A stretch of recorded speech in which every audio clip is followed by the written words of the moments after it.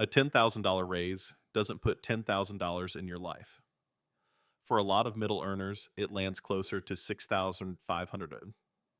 And there's a second, quieter layer that shaves off even more, one that never shows up on your pay stub. The email said your raise starts next month. You did the quick math in your head on the drive home, an extra 800-ish a month. Then the first bigger paycheck lands, you open the app, and it's a few hundred short of the number you pictured. If you've ever gotten a raise and 3 months later felt exactly the same, you're not imagining it. And you didn't overspend it. The reason isn't your budget. Your raise isn't taxed at your average rate. It's taxed at the very top of your income, at your highest bracket. Plain version. The government takes its cut off the last dollars you earn, not the first. And the last dollars are the most expensive ones. And underneath the tax, there's a second layer most people never see. Quiet income thresholds that can pull back credits and deductions you were already getting. We'll get to it, and it's the part that surprises people the most. So let's map exactly where a 10K raise actually goes, dollar by dollar. And then I'll show you the one routing choice that decides how much of your next raise you get to keep. This isn't a video about taxes being unfair, and it's not a video about trying harder. It's a map of how the system prices a raise. So the number in your head matches the number in your account.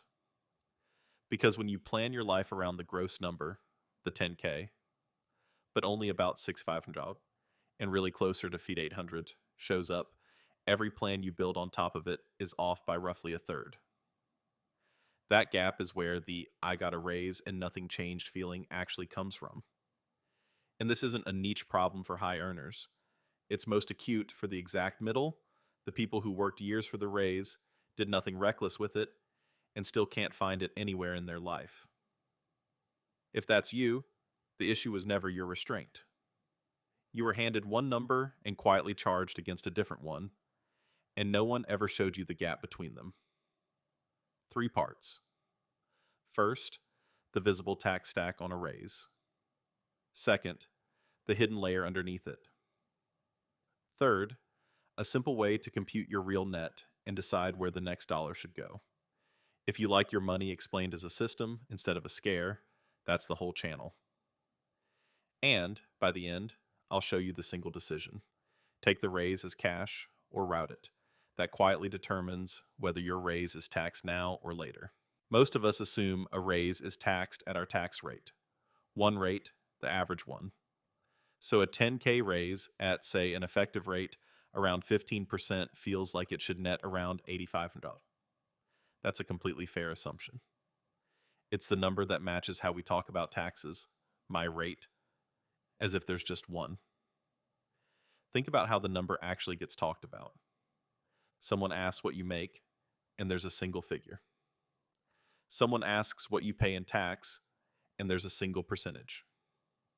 Everything about the way money gets discussed out loud trains you to picture one flat rate applied evenly across everything you earn. Nothing in that picture ever warns you that the newest dollars are priced differently from the first ones. But that's not how a raise is priced. This is where the math changes. You don't have one tax rate. You have a stack of them, and a raise is charged the top rate in the stack, because the raise sits on top of everything you already earn. Here's the mechanism, and it's the whole video in one idea. Marginal versus effective rate. Your raise is taxed at the top of your income, at your highest bracket, not your average rate. Income tax is layered. Your first dollars are taxed lightly, and each new layer of income is taxed at a higher marginal rate. A raise stacks on top, so every dollar of it is taxed at that highest rate, plus payroll tax, plus state tax, all at once. Think of your income as a glass filling up. The raise is the water poured in last, at the very top, and the top of the glass is where the tax is steepest. That's the whole reason a raise feels mispriced. The dollars you already earned filled the cheap part of the glass years ago, and the raise never touches that part. It only ever pours into the narrow band at the very top, the most expensive inches. So the rate that applies to it has almost nothing to do with the comfortable average you carry in your head.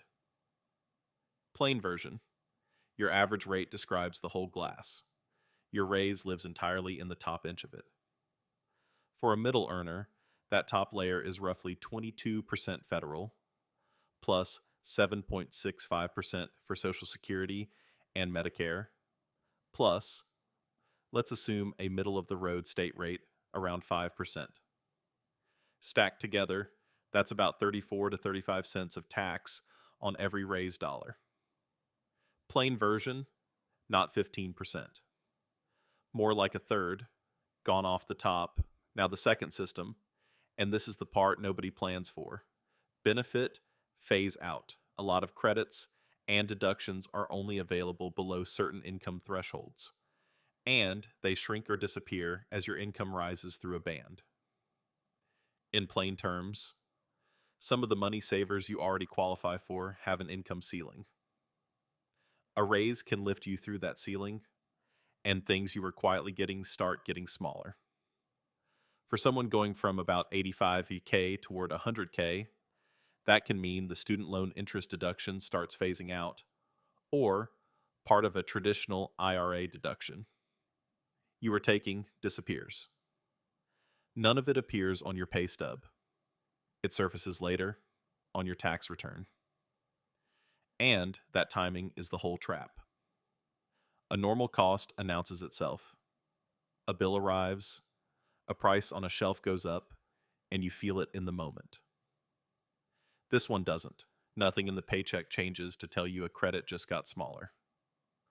You find out months later, if you find out at all, when the refund you were counting on comes back lighter than last year's, and no single line on the return explains why. Plain version: the second layer is built to stay invisible until long after it's already happened to you. So the raise gets hit twice.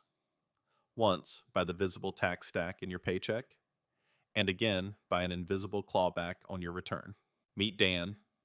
Single, earns $85,000, does everything right, pays his bills, contributes to his 401k, puts a little into a traditional IRA on the side, and still carries a bit of student debt he's been deducting the interest on.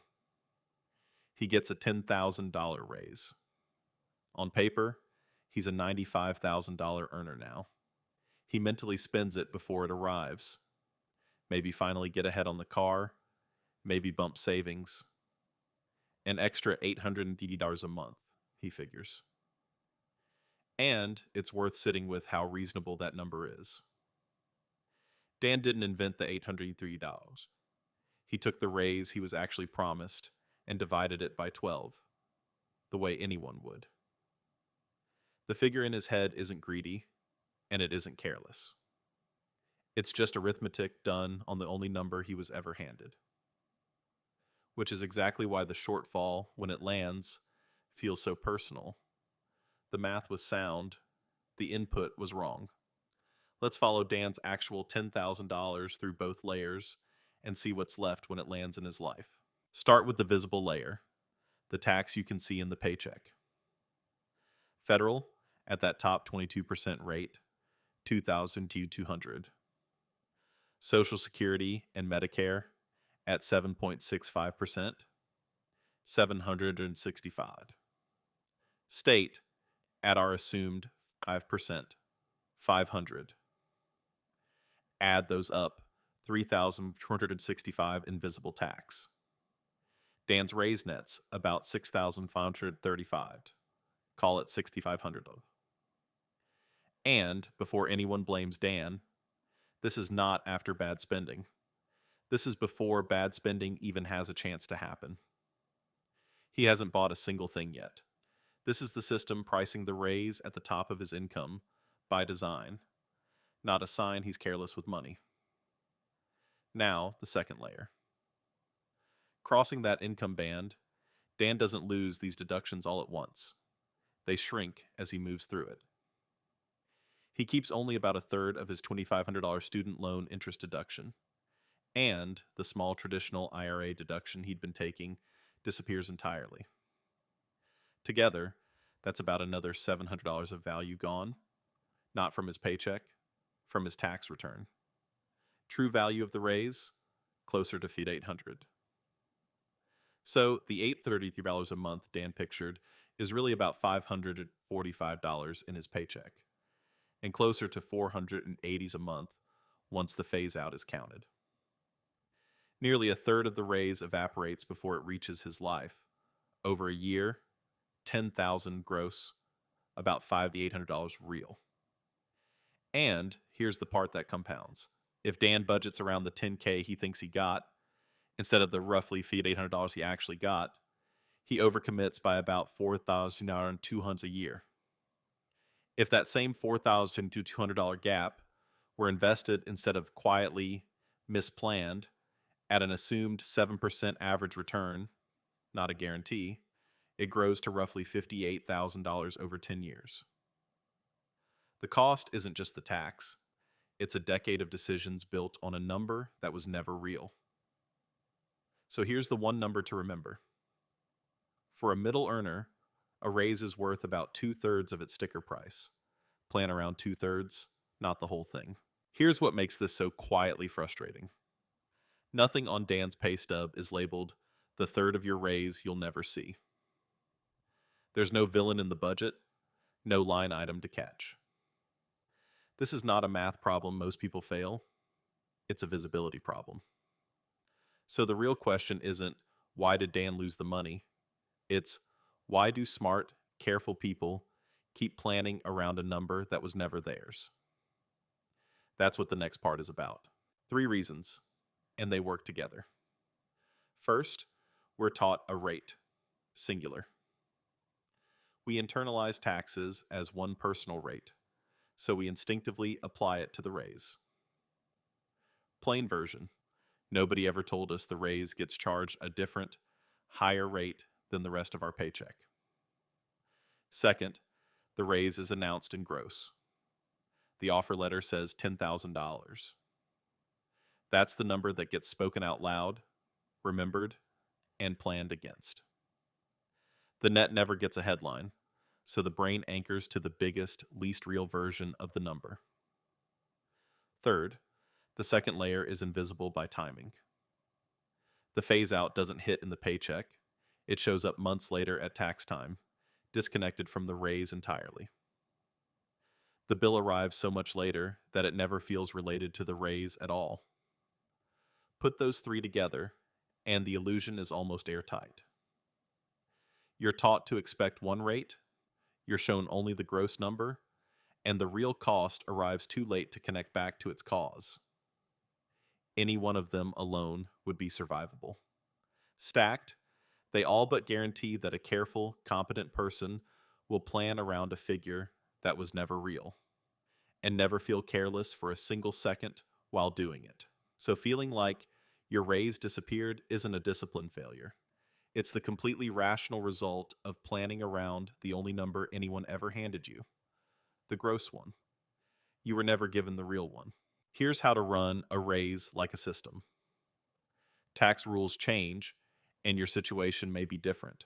So verify this with a qualified professional before acting. Step 1. Find the rate that actually applies to your raise.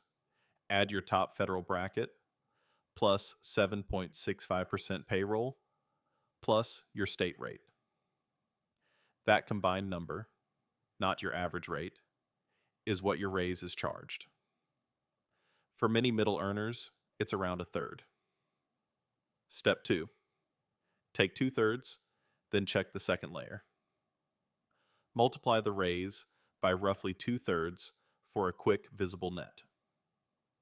Then ask, does my new income cross a threshold that shrinks something I was getting? The student loan interest deduction? An IRA deduction? Health marketplace credits? If yes, shave a bit more off. Step 3, decide where the next dollar goes. And this is the whole game. You can send the next dollar into a pre-tax account, like a traditional 401k or an HSA, which lowers your taxable income today. Or into a Roth, where you pay the tax now and it's done. Step 4, If you're sitting right on a phase out edge, lean pre tax. Routing part of the raise into a pre tax 401k pulls your taxable income back down, which can defer the tax at that steep top rate and keep you under the threshold, so you don't lose the deduction or credit. In plain terms, you can hand yourself back part of that hidden second layer just by choosing where you park the money. Step 5. If you're comfortably below the thresholds and expect higher taxes later, lean Roth. Locking in today's rate can be the better deal when you don't need the deduction to protect anything. Either way, rebuild your budget on the real net, not the sticker number. Notice what none of these 5 steps ask of you. Not one is about earning more or spending less. They're all about planning against the true number instead of the advertised one. That single switch, from the gross figure everyone celebrates to the real net that actually lands, is the whole difference between a raise that quietly evaporates and a raise you can actually feel in your life. You're not someone who can't hold on to a raise. You're someone who was handed the gross number and asked to plan a life around it, with the 2 most expensive parts left off the page. And that distinction matters more than it sounds. I'm bad with money is a verdict on you, and there's nothing to do with a verdict but carry it. I was planning against the wrong number is a description of a situation. And situations can be fixed. You change the number you plan around, and the plan quietly starts working. One of those stories keeps you stuck for years. The other one is just a correction you make once. Knowing your raise is worth about 2/3 up front, and knowing where the hidden thresholds sit, doesn't make you cynical about money. It makes you the person who runs their income like a system instead of a hope. The goal was never to beat the tax. It's to see the real number, then decide, on purpose, where it goes. If this reframed what a raise actually is, that's the entire idea here. Finance systems for responsible adults who feel behind. Not because you did anything wrong, but because nobody ever mapped the system for you. So do one thing before your next raise. Run step 1 on the raise you already have. Find your combined marginal rate, take 2/3, and see if the number that lands matches the number you'd been picturing. This is part of the math behind normal life, where we take the ordinary money moments everyone plans around and show you the real arithmetic underneath. Subscribe, and I'll keep mapping them, one calm number at a time.